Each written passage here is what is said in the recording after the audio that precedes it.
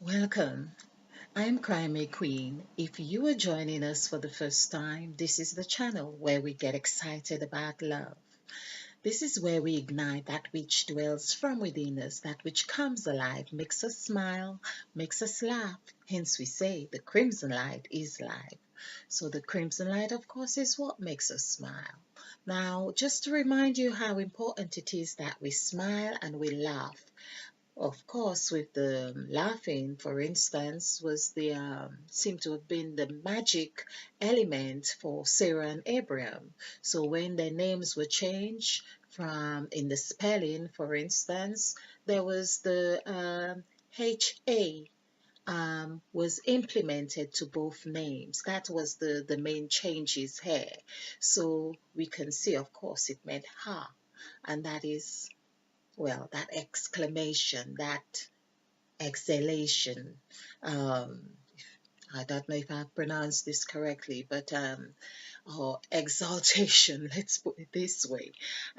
So that would be the magic that was missing, or symbolically for them to conceive their son Isaac. So, of course, that is tremendous. In fact, it is said that Isaac means love, because when God told Abraham and his wife that they were going to conceive a son, they laughed.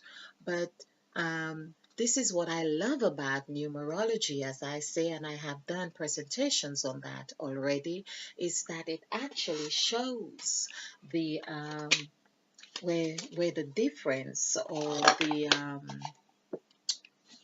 where the implementation of the word change that really lends support to this laugh vibration. So we could see we are talking. The Bible is really about vibration, and I believe some words are used just to really express that. So let's just take Sarah, Sarai, and her name was changed to Sarah. There we see that. So this is the AH. And Abram, Abram, that's scriptural. In case you don't know of the story, this is the story where God promised Abraham, the father, he's going to be a father of many nations. So it is believed that all mankind, or most of mankind, came through Abraham, because Abraham was the father of Isaac, and Isaac, I think, was the father of Jacob, or they went into having the 12 sons. We know about the 12 nations meant to be derivatives of Abraham. Okay, so there we have Abraham, Abraham, Ham. So we could see here, there was the M here, so there is a reverse. So they will actually mirror, here we see the AH and the HA here, Abraham. So we see again, I like the M here too, which is indicative of the vibration that would be necessary as well, because vibrations, when we do the numerical value for vibrations, it equals 3. But the M, of course, equals 4, numerically speaking. But as I continue to show, and will continue to do so, sounds poetic.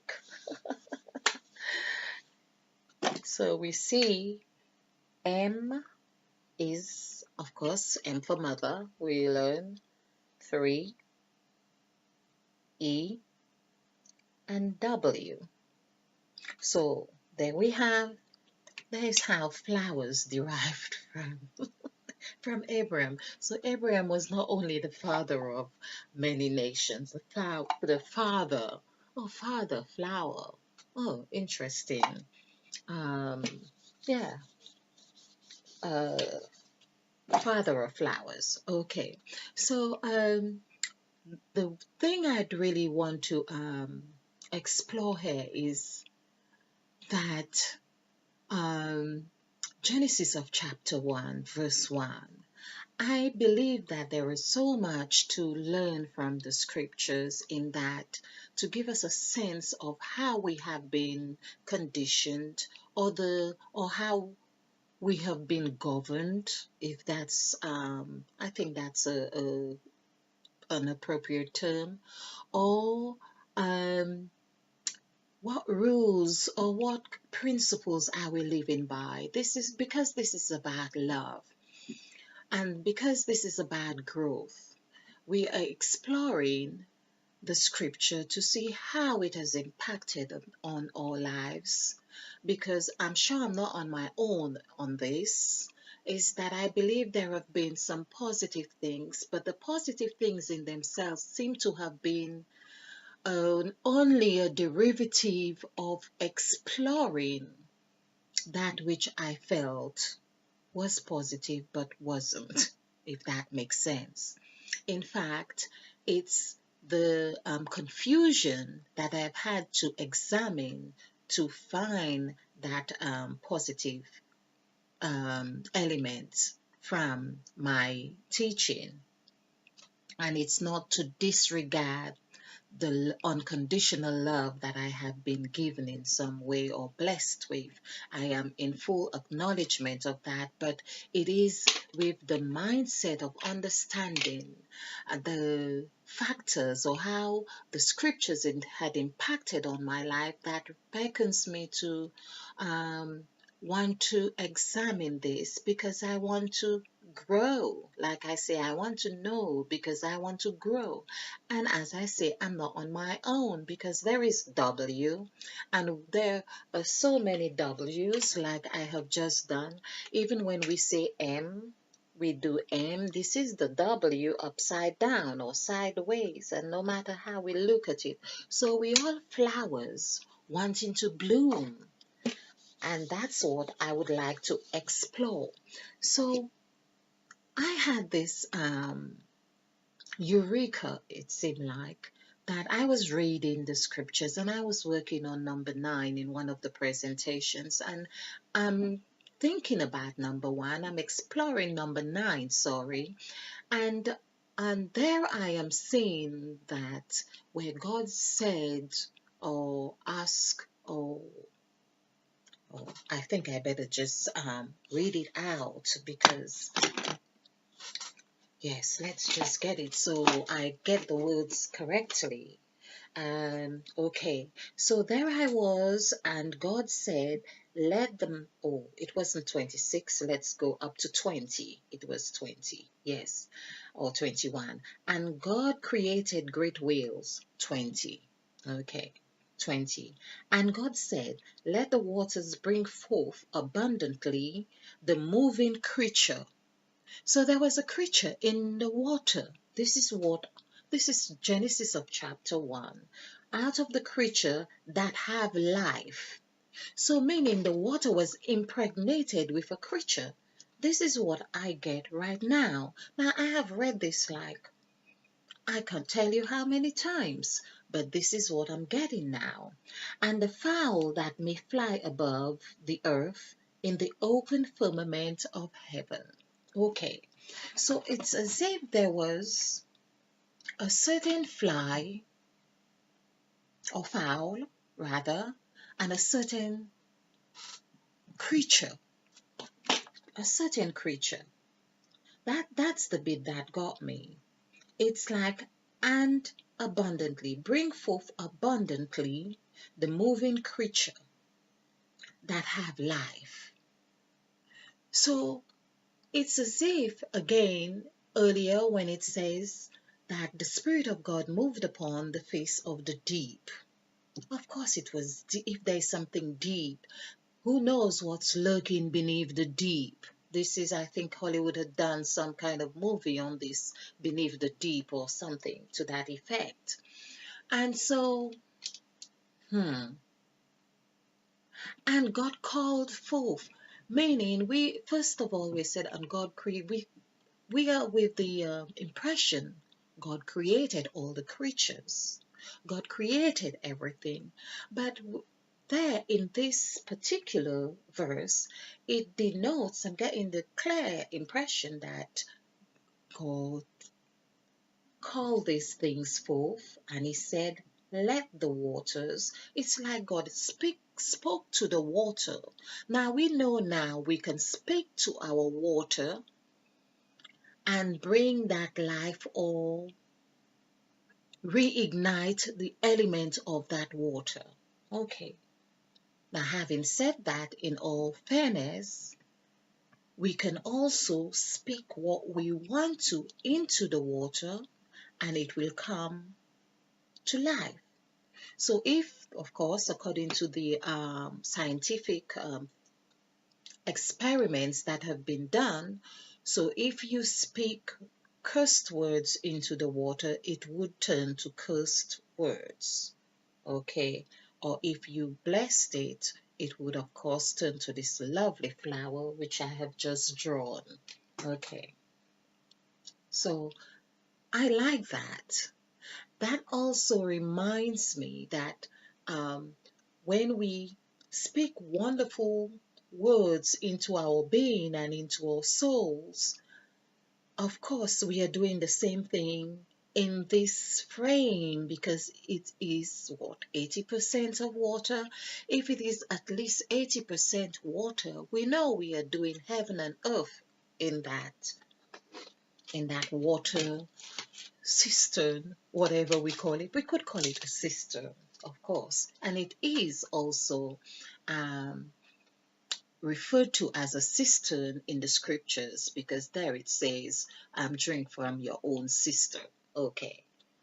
Now, so if we are 80% water, and I remember in my early presentations, I did call this headquarters zone as the water, which I'm trying to remember now, the abbreviation for water.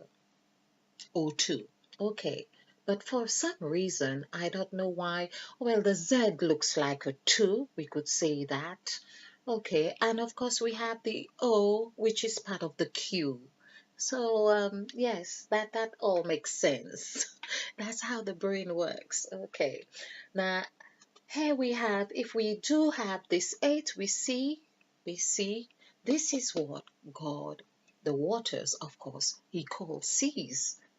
And of course, there we have sea. That's why I like that word sacrifice. Now, it really is a nice template that gives us a sense of direction. So we have here, if we have 80% water, we know we have the ability to move from, we are operating from both dimensions, if you like. We know that we are heaven and earth. Okay, now I just want to, let's just have this here. Okay. Now back to Genesis of chapter 1. I'm believing that I am needing to really explore this because a new layer of this cake of creation is coming into motion. And this new layer is that I believe the first verse of the scripture is key to unlocking everything. It's key. In fact, the first two verses, really. But there we have, let's look at the first verse. Because what got me, as I said, there was the creature that I believe was already there, but God, it's not. God called, it's like, and God said, let the creature from the waters come forth, that which already have life, that have life. So it's like really saying, they had life. And then it goes on further down. Oh, let's do this properly and have this. The glasses. Okay, there we go. Because this is really serious. Okay. And there, so we have had the verse 20, and God and thereon it says, and God created great whales and every living creature, whales, and every living creature that moveth from the waters, brought forth abundantly after their kind, after their kind. and every winged fowl after his kind. Now, theirs and his, what's all that about? And God saw, could have been that, saw that it was good. Now, the it is always slanted for some reason here, or often, and it equals 11. I is 9 and T is 2, so 9, 9, 11. Perhaps that's where 9/11 really came from in the first place. So this 8 is italic and the was is also italic here. It would be interesting to see if that's the first two words of Genesis of chapter. Well, it's not. It's not, because I can see he made is also italic. But the first it would be interesting to really go through that and see. Okay, now we have it. As I say, it is 9 and T is 2. Just, well, it's 2. So 9 plus 2 is 11. Okay, and God saw it was good. This verse of chapter 21 is giving the impression that it's, I don't know why I'm seeing like a laboratory, a scientific laboratory that um, it's as if there's the big creature had come forth, and it was supposed to have the young ones after its kind, and then there was the fowl after their kind. Why is it its kind or his kind and their kind? Yet it was fowl of the earth, singular. Let's just make sure we are saying the right thing. And God created great whales and every living creature that moveth, which the waters brought forth. Every living creature which waters is 5, which is, I call the waters Eve, brought forth after, brought forth abundantly, because he did say, let them come out abundantly, after their kind, after their kind, and every winged fowl after his kind. This is really so. Fowl would have come out, and then there's creature. It seemed like there was a merging somewhere or something. Okay, the fowl would be, and God saw it was good. There was a sawing taking place, like what is the word? Um, Dissecting. It would seem like dissecting. That's what lab, biologists do, taking into consideration that what God had created before, he saw it was good too. Or he divided the light, he divided the day from the darkness. He called the day light, he called the light day, he called the night, the evening night, okay?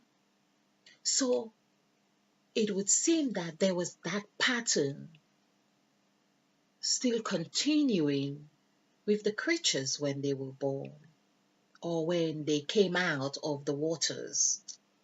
And we see that as well, even when God said, let us make man in our own image and likeness. There was, everything happens, it's through a pattern. This is our world, how we know it. Everything is the pattern, and the pattern is always of polarities. Pattern, polarities, opposites, pairs, twos, And we see the pattern continued after the great flood with Noah. Everything was two. I think there were sevens as well, but seven also denotes two because when we do the numerical value for the word seven, it comes to two. So that's another, so that's really the seven denoting the complete days of creation and that including the day of rest. Okay, so basically, I want to conclude on this. It's like an introduction to the reason why I feel I need to really explore Genesis of chapter 1 and see how we can make sense of the numbers as well and how they impact our lives and how we can use them. Because I'm really believing that the vibrations are in these scriptures, that we can unlock them, and if we learn how to use them correctly, we can be saved. Although we know that's why Christ came to save us. But to know how to align ourselves with Christ. Of course, we already that. To remember. Okay, to remember. So I looked at this first verse. In the beginning, God created heaven and earth. We know that consists of 10 words. In the beginning, God created heaven and earth. Okay, the heaven and the earth. Okay, so that's 10 words. And these 10 words, of course, had in them, in our world, what we had been presented, the positive, number 10, and the negative, or the rigid and the supple, the curved and the straight. And there we have the polarities. In that polarity itself, that is also lending or giving us an idea. It is also telling us that in this very verse has a positive or negative, or however we would want to look at it. And I looked at this. We see it lies in the word beginning because we have done the numerical value for the word in, which is 9 and 5. I is 9, N is 5. When we add this together, we come to a central point that means 5. And on the clock is 23. 2 plus 3 is 5. Okay, now the word beginning also equals 9. So we see we have beginning, which is central. In beginning, we could say that, or this in the beginning. The is 6, but in the beginning. So the, if we like, is 6, which when we do the numerical value for the word 9, as for beginning, that equals 6. Okay, so that would be 69. 6 plus 6, 6 plus 9 becomes 15, and 1 plus 5 is 6. There we have God created. Now, I believe that the crux here is in the word created. I think it really means reacted. Join me again on exploring Genesis chapter 1, verse 1. I hope you have found this interesting. I certainly have. We want to grow. We want to know. So let's look at this. Let's have fun with it. The word fun is also 5. Thank you for watching. I hope you have enjoyed this. Do join us again. Like and subscribe. Thank you. Namaste.